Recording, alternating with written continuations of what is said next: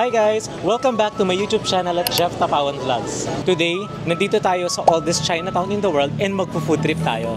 Guys, welcome to Binondo!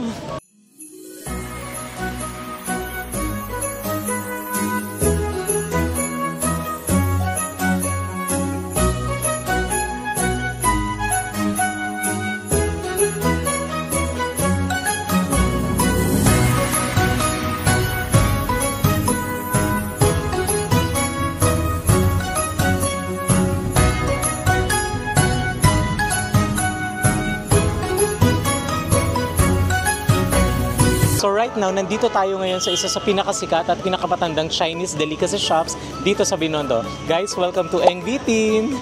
So sige, pasok tayo sa loob. Check natin yung mga tinda nila.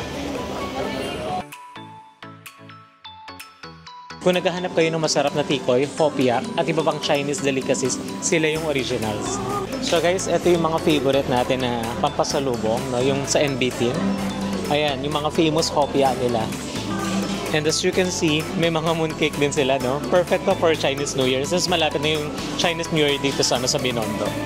Guys, tingnan nyo to. Ang laki ng mooncake ko.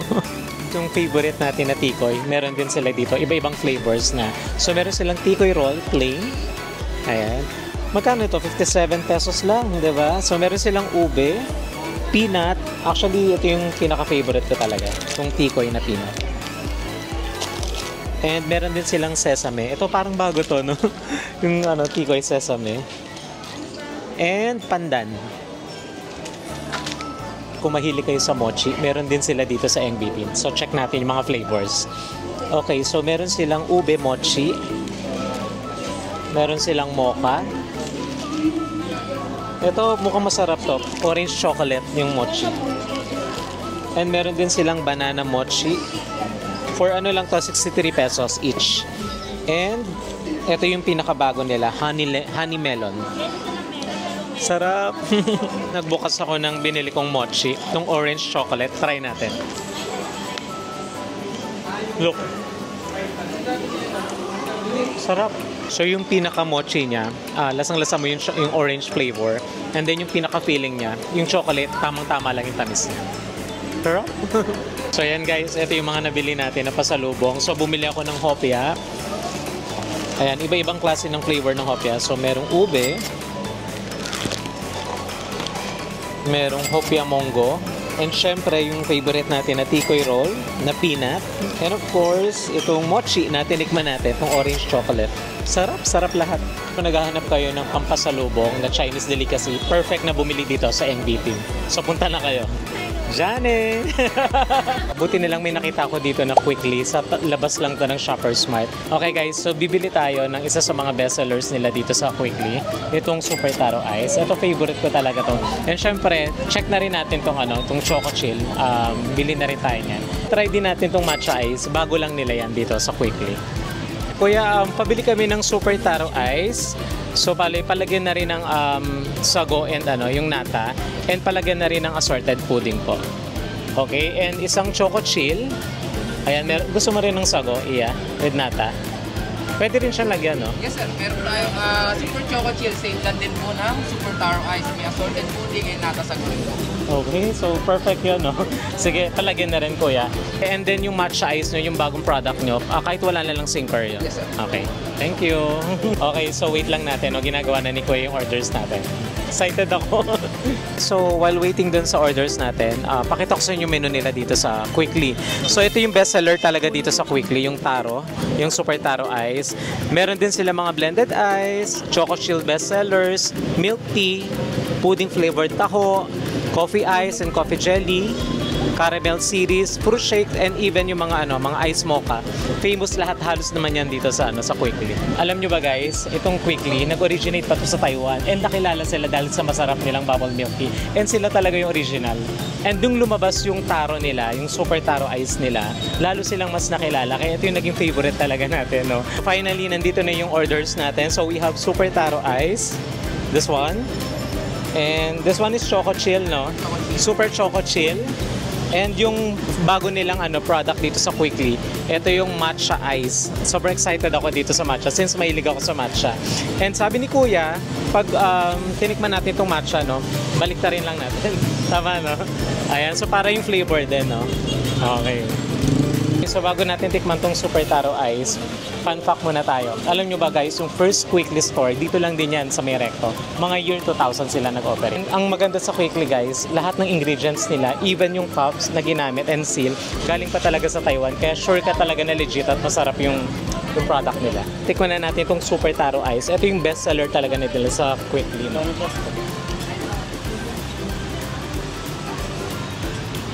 Super sarap ng ng taro, ng blended ice nila. Kasi ito yung pinaka-foundation talaga ng Quickly. Okay, so magti-thank you tayo kay Kuya Teng. Ayan, say hi to my vlog! Ayan, so thank you Okay. And dito naman sa Choco Chill, as you can see, no, napaka-rich niya and creamy ng chocolate drink na to. Kasi gawa siya talaga sa chocolate base. Tapos tama lang yung sweetness niya. And kung gusto mong lagyan ng tapioca or pearls, yung tinatawag nilang sinkers, pwede ka rin naman magdagdag para maganda yung texture niya. And last, ito yung in-order namin, yung matcha ice. Ito yung bago nilang product ngayon sa Quickly. Actually, mahilig kami sa matcha talaga. And nung natikman ko siya kanina, guys, legit na legit yung matcha niya. Kung naghahanap kayo ng masarap na refreshment treat, you must try Quickly. Okay guys, so right now, nandito tayo ngayon sa Chuan Key. This has been Binondo oldest fast food since 1940. So tara, kain tayo. Okay guys, so after a long queue kanina, finally kakain na tayo. Andito na yung orders natin. Nag-order kami ng mga famous dishes dito sa Chuan Key. So start natin dito sa Kiampong. Ayan, so nag-order din tayo ng fried meatballs, pork and shrimp siomai, and also yung kikiam nila na authentic. So excited ako dito sa kiampong nila. Actually guys, isa tong classic Chinese Filipino dish na perfect to sa mga rice lovers. And perfect din siya as a comfort food kasi masarap siya kainin. Kahit wala siyang ulam, malasang malasa na siya yung mismong rice niya. Sobrang flavorful ng ingredients nito, tong kiampong, kasi meron siyang pork, mushroom, and mga spices, kaya siya malasa. Tong kikiam na to, medyo malayo siya sa karaniwang street food, yung nakikita natin sa labas. Sobrang authentic nito guys kasi Chinese style kikiam siya kasi punong-puno siya ng real meat. And syempre, masarap siya i-paired sa kanin since meron tayong kiampong. Perfecto. Itong pork siomai nila, gawa ito sa fresh and juicy na combination ng ground pork at fresh shrimp. So meron talaga siyang real shrimp sa loob, perfectly seasoned na binalot sa soft dumpling wrapper. And syempre guys, hindi mawawala ang pansit. So nag-order kami ng Mickey Bihon. Yan, very famous din yan dito sa Binondo. Itong Mickey Bihon, it's a combination ng dalawang noodles. No? Meron siyang Mickey, so very thick siya and chewy. And yung isa naman, yung bihon, ayan, so medyo siya, delicate siya pag kinain. Ang masarap dito sa pansit na to, ayan, may mga real meat na siya, tapos maraming veggies na kasama. So let's eat. Tikman natin tong best seller nila dito na rice, yung kiampong. Guys, hindi siya maalat. And meron na siyang real meat sa loob. Perfect na siya, kahit hindi ka na mag-ulam. Sarap. Tikman naman natin tong kiampong.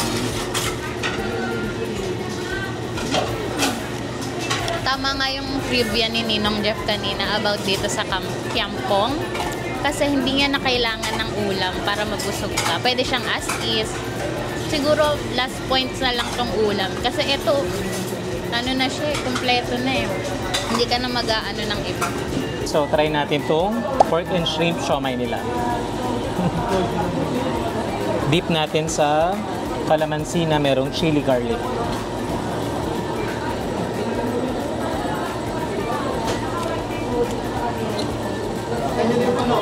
Legit na legit and authentic. Meron talaga siyang real shrimp sa loob. Sarap. Okay, try natin tong fried meatballs nila. Siyempre masarap siya with sauce.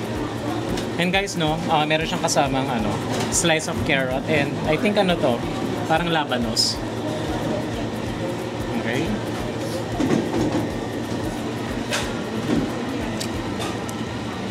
Sobrang sarap ng meatballs nila. Malasang malasa. And syempre, yung favorite ko na kikiam, try natin kung malaki talaga yung difference niya, yung mga kikiam sa street food versus dito sa kikiam nila sa Chuan Key. Sobrang malaman siya.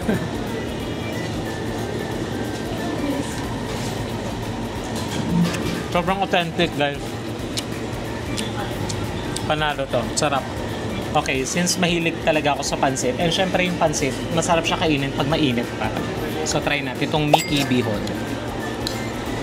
Pero yun lang, hindi lang ako mahilig sa mga malalaking meat pag nasa pansit. No? Mahilig ako sa veggies, yung maraming veggies na pansit.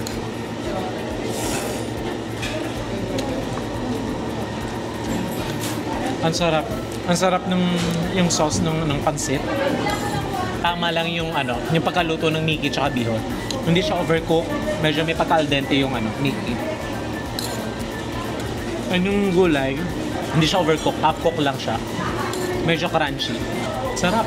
Okay guys, so if you're going to ask me, ano yung total experience ko dito, yung final rating ko sa Chuan Key, for me, 9 out of 10. No, siguro yung lacking na one is again sa pila kanina, medyo mahaba siya, sabi nga ni Iya. Pero yung quality ng food, sobrang sarap lahat, no? Savory siya, malasa. And bukod sa malasa siya, kahit konti lang yung in-order namin, no? Kahit mukhang simple siya, masarap and nakakabusog talaga siya. So, punta na kayo dito sa Chuan Key. Right now, nandito tayo ngayon sa labas ng Mr. Ube. Magta-try tayo ng custard lava pao. Famous yan dito. So, tara. Guys, pakita ko sa inyo yung menu nila dito sa Mr. Ube. Ayan, meron silang noodle soup, meron silang big meals, all-day breakfast, and mga drinks na din. Pero syempre, ang try natin dito, yung famous sa kanila, yung custard lava pao. Siguro try na rin natin yung ube pao nila. Okay, so dito sa Mr. Ube, famous sila sa mga noodles. And syempre, itong famous na ube, siopaw, na merong asado na filling sa loob. Guys, kung mahilig kayo sa classic siopaw, pero may twist, perfect to itong Mr. Ube siopaw. Kasi meron siyang asado filling sa loob. So check natin kung masarap. Okay, so tingnan muna natin yung filling niya sa loob. Wow!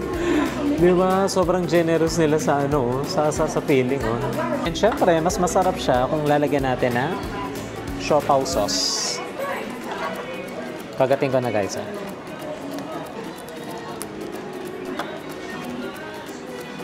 Ayan. Siguro tamang sauce lang para malasahan natin yung yung kung masarap talaga yung asado. First bite.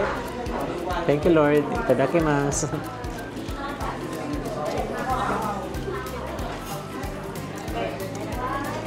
Tamang-tama lang yung asado nila. Sobrang soft, ang fluffy ng bun. Tapos meron siyang natural na tamis dahil meron nga siyang ube flavor. Perfect siya, nagko-complement doon sa asado na feeling. Sarap.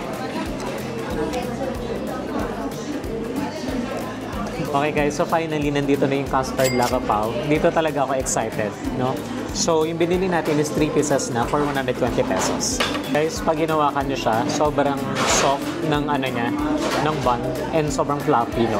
So, check natin yung feeling sa loob, yung lava. Wow! Wow! O, diba? Literal na lava talaga siya. Sige guys, tikman natin. Sarap! Ang sarap ng custard filling na. Sobrang creamy. Alam mo yun, malinamnam siya, pero hindi siya ganun katamis. Try mo, Iya. Try na natin. Open muna natin siya sa gitna para ma-enjoy natin. Wow! Kakulay ko na naman. Tikman natin. Ang init! Ang init niya. Tikman muna natin.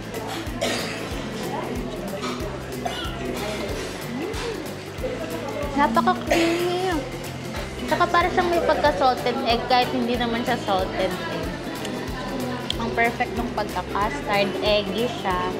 Tapos very creamy. Love it! Tikman naman natin tong asado ube siopaw.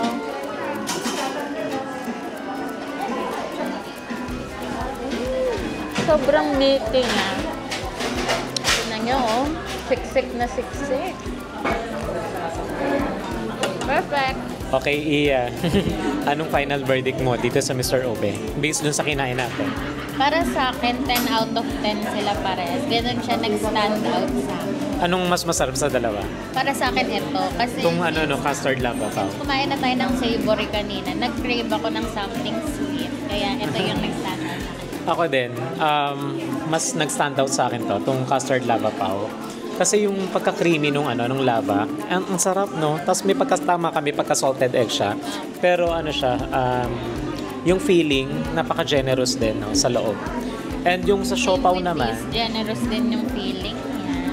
Sobrang meaty, ang kakapal ng mga meat na nasa loob. And mabubusog. correct. Ako naman yung sa siopaw ube nila, medyo naumay lang ako dun sa sa feeling niya, sa asado feeling, medyo madami kasi siya, no? Medyo na overpower na yung Kaya yung sa siguro siopaw kung ba. wag na kayo mag-sauce, mag-siopaw sauce. Para hindi ma-overpower. Pero syempre, depende pa rin sa preference ng kakain. Pero the best Yung iba kasi gusto marami sa yes.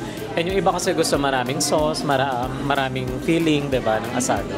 So, check nyo dito sa sa Mr. Ube. Masarap yung Kayo nila, po, mga ano buns. rating? Ako ang rating ko siguro 8 out of 10 lang siya. Bakit 8 out of 10? Doon sa siopaw ube, medyo nag-expect pa ako ng mas legit pa. Oo. Pero tong custard lava pao, the best. Kasi first time ko rin tong natikman, tong lava pao. Sarap. Perfect. Sarap dito. Ayan, as you can see guys, no? Ayan, dito siya pinapress. And then yung katas niya, ayan, nandito sa picture. Tapos, ayan, maraming ice na nakalagay para malamig siya. Okay, sarap. Ayan, so nakabili na kami ng sugarcane juice. Perfect yan, no? Habang nagpo-food trip ka dito sa Binondo. So, tingnan natin. Sige, tingnan mo, Iya. Next po. Sarap. Matamis. Sarap. Sige, tikman ko naman. So, ako naman nagtitikim ng sugarcane. Ang sarap. Napaka-natural, no? Next po. Yes, and wala siyang hinalo na any like sugar, wala siya. Kasi nga sugar cane na siya. Okay, so now magta-try naman tayo dito sa Veggie Select. Ayan guys, so nag-order kami ng assorted veggies. Okay. Lasang-lasa mo na, talaga siya. Vegetables talaga siya. Magandang substitute to kung ayaw mo ng pork, diba? Kasi siya, made from real vegetables. Tikman naman natin to. Yung parang sausage na naka-twist.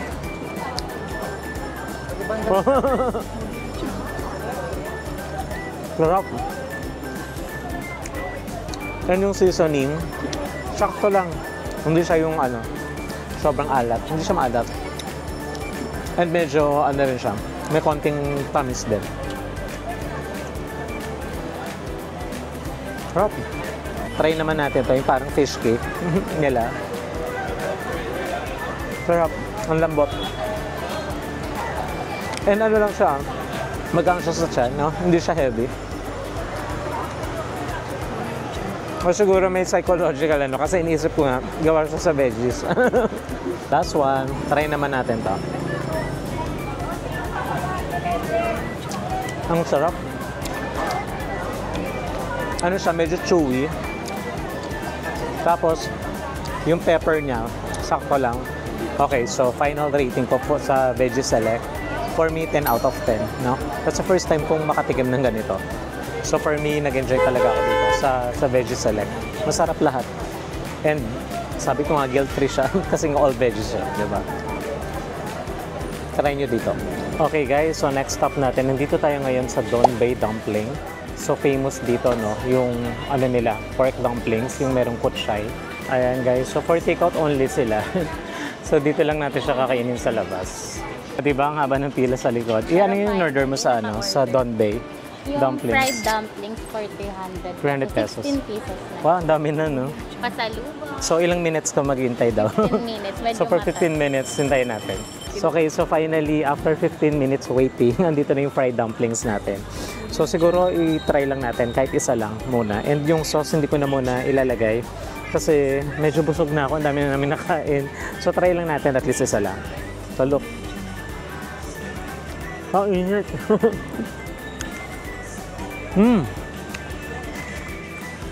Sarap. Look guys, yung loob. Meron siyang vegetable sa loob. I think ito yung kotchay. No? Wala pa siyang sauce. Para masarap na. Kaya pala pinipilahan. Look, yun yung pila. Buti na lang, nung pumunta kami dito kanina, malisi pa yung pila. Pero ngayon, look, sobrang haba na. So dito yan sa Don Bay Dumpling. Tabi ng Holland. Okay, so right now, nandito tayo ngayon sa Holland. Katabi lang yan ng Don Bay, no? Habang naghihintay kami ni Ian dun sa dumplings.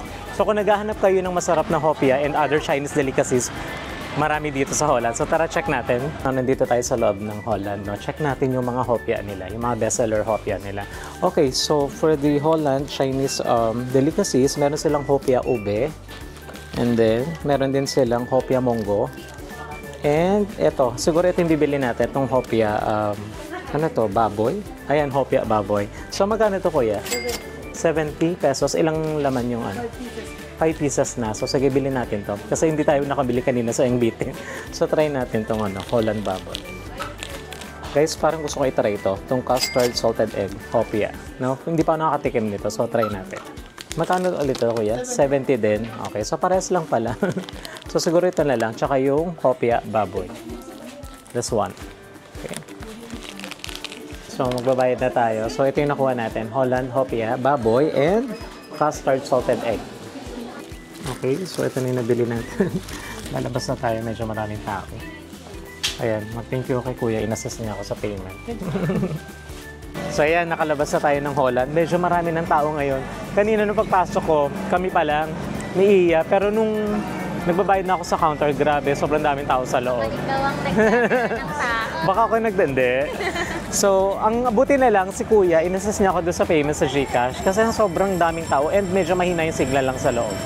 Kaya medyo natagalan ako sa payment. Shout out. So, happy ako dito sa nabili ko. Kasi merong hopia baboy and yung custard salted egg. So, tatry ko yan mamaya sa bahay. Okay, so finally, nandito tayo ngayon sa the original Shanghai Fried Siopao. So, ito talaga yung ano, famous dito sa Binondo, no? Pagdating sa fried siopao. So, check natin yung pila. Ayan guys, so simula dito, makikita nyo dito sa side, ang haba ng pila. Ayun, hanggang doon sa dulo. Ayan, sobrang tagal na nito guys. Since 1985 pa siya.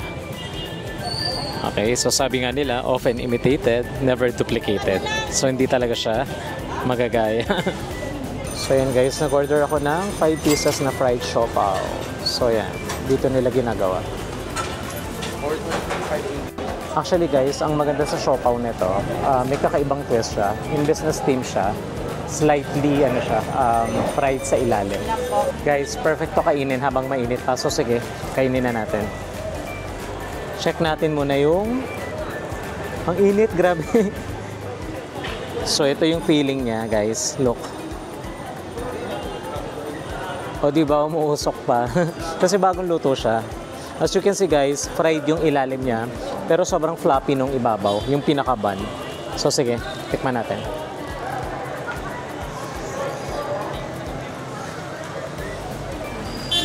Ang sarap.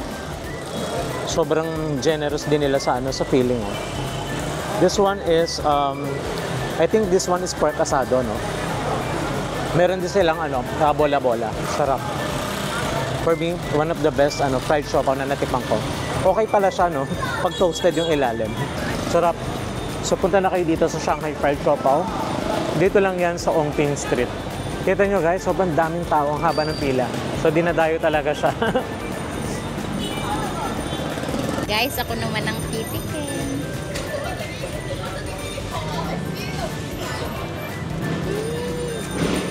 Napakasarap ng pork niya. Sobrang savory. And yung sauce niya, parang ano siya, soy.